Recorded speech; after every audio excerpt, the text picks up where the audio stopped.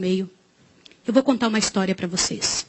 Há 20 anos atrás, eu fazia parte de uma mesa, numa associação. E eu vi uma das histórias mais tétricas que eu já vi na minha vida. E pode ser que alguns de vocês já tenham ouvido essa história aqui entre vocês. E se já ouviram, vão lembrar comigo essa história com dor. Uma certa ocasião, numa igreja de um certo lugar no Brasil, uma mocinha pediu licença para conversar lá na frente, no microfone. Ela frequentava a igreja um ano e pouco.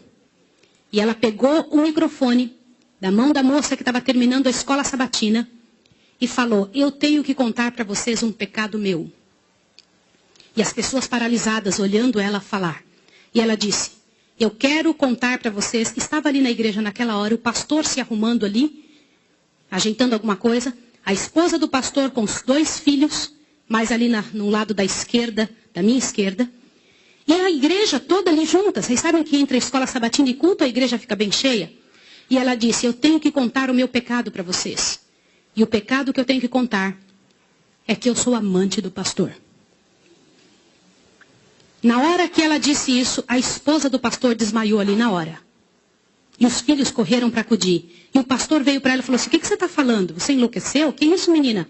Ela falou: eu tinha que contar, eu preciso resolver meu problema. Eu preciso salvar a sua alma. Eu preciso resolver você. Os danitas, eles sempre usam essa: cuidado, eu preciso ajudar. Sempre usam a palavra da ajuda, viu?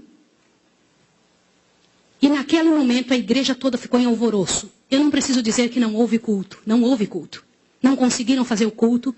A esposa do pastor foi levantada dali, foi levada lá para fora. O pastor não sabia o que fazer. Começou a dizer: irmãos, por favor, isso é um grande mal entendido. Ela dizia: não é, meu bem. Eu precisava dizer, eu tenho que salvar você e tenho que salvar a mim. E ela foi levada para um quartinho, a esposa do pastor foi atrás e começou a conversar com ela, e falou com ela, e foi um alvoroço muito grande. E ela disse: olha, eu vou te provar que isso é verdade.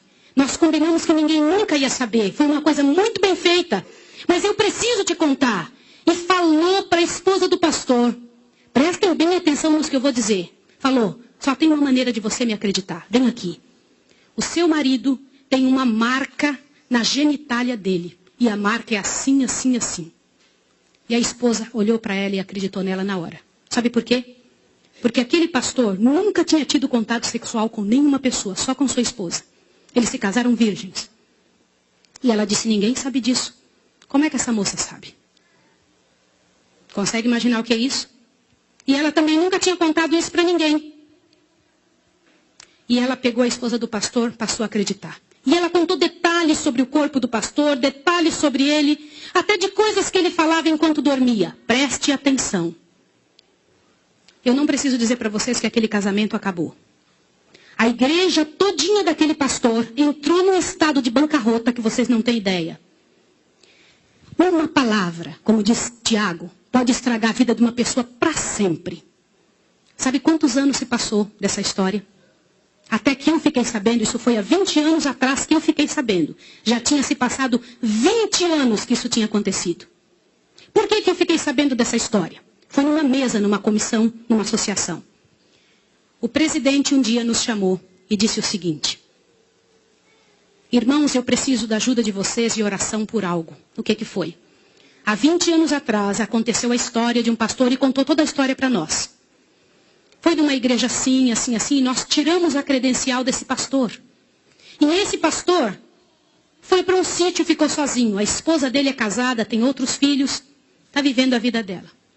Mas eu fui chamado, olha o presidente nos contando.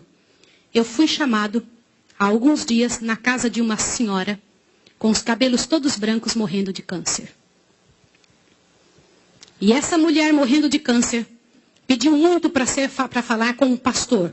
Mas tinha que ser o presidente da igreja adventista. E eu fui até lá porque eu sou o presidente. Quando eu cheguei lá, a mulher me contou que ela tinha sido a moça que tinha falado aquilo do pastor. A amante, a suposta amante do pastor. E ela contou para o presidente que ela havia inventado toda essa história. Mas como que ela sabia dos detalhes do corpo do pastor? Na ocasião em que ela tinha se apaixonado pelo pastor, Ela trabalhava como faxineira dentro do hospital. E o pastor foi internado, prestem atenção, internado para uma cirurgia de apêndice e passou muito mal. E ela era amiga de uma enfermeira.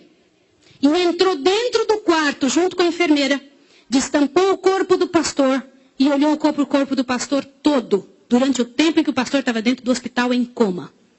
E quando o pastor falava algumas coisas, ela ouviu o que o pastor falou e ela olhou os detalhes do corpo do pastor e guardou. Satanás plantou na cabeça dela 1 ano e ela formulou e acabou com a vida do pastor.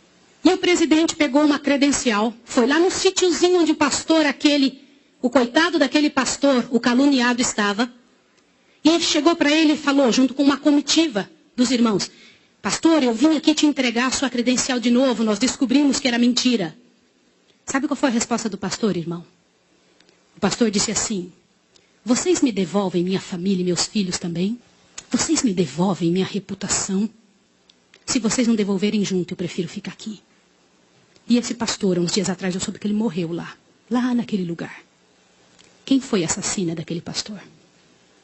Não foi só aquela mulher, foram todos que falaram junto. Porque, gente, quando acontece um inferno desse, uma multidão de gente sofre, uma multidão de gente machuca. Fica machucado. Meus irmãos, vocês me perdoem ter que falar sobre isso, mas é verdade.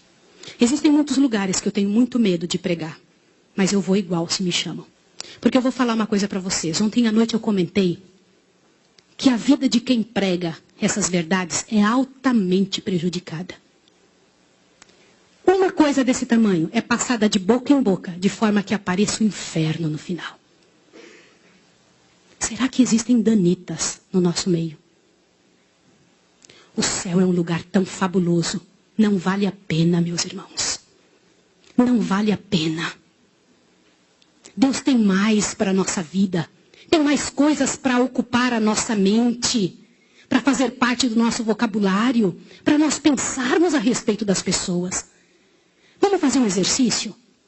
Pense bem da pessoa que mais mal você sabe dela. Imagine isso agora. Sabe o que vai acontecer com você? Teu coração vai se encher de paz. Porque é isso que acontece, gente. Se você não for capaz de abrir a sua boca para trazer paz para a vida de alguém, não abra a sua boca para trazer o inferno para a vida de quem quer que seja. Jesus ama as pessoas pecadoras e miseráveis. Todas aquelas que pecaram horrivelmente, Jesus ama.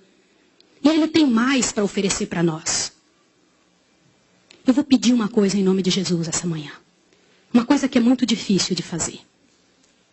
Mas se há alguém em nome de Jesus que falou algo de outra pessoa, ainda que seja verdade, e que não pediu perdão, que peça perdão a Deus agora e corra e peça perdão para a pessoa. Sabe por quê? Abre seu ouvido que agora a parte principal desse sermão está aqui. Em nome de Jesus, abre seu ouvido. Eu preciso que você ouça, não deixa nada te atrapalhar. Você sabe por que existem igrejas frias que não mudam? Você já viu aquelas pessoas falarem? Você é ancião, não é, irmão? As pessoas vêm para você e reclamam. Que igreja fria? O que está acontecendo? O que não acontece? Nada muda. Vocês sabem por que isso? Alguém sabe? Gente, a principal razão, e eu vou ler para vocês agora ali. A principal razão porque a igreja fica fria é por causa da presença dos danitas. Eles são aptos a trazer veneno para a cabeça e o coração das pessoas.